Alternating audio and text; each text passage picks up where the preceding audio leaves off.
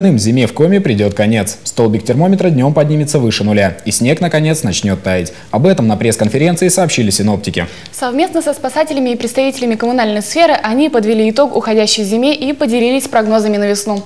Любовь Лапина уже знает, когда в столице Коми зажурчат ручьи.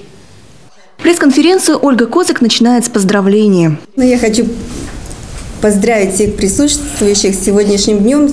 Переломный момент в зимнем процессе. Наконец-то холода отступают. Постепенно с южных районов и дальше на север. Весна до Коми все-таки дошла с опозданием на 2 недели. А вот зима, которая никак не хотела уходить, в этом году оказалась крайне необычной. За последние полстолетия такого распределения температурного режима никогда не было. Аномально холодный декабрь, умеренный январь и необычно теплый февраль.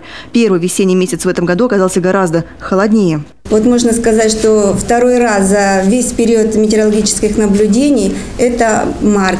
Средняя температура отклонения от нормы на 10 градусов.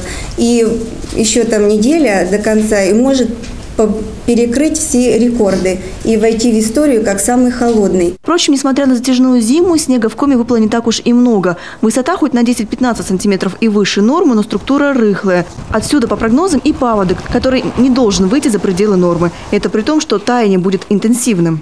Если будет у нас резкое потепление, то, скорее всего, будут проблемные вопросы у нас по южной части. Если будет затяжное, то у нас больше коснется это север, это по Печорью.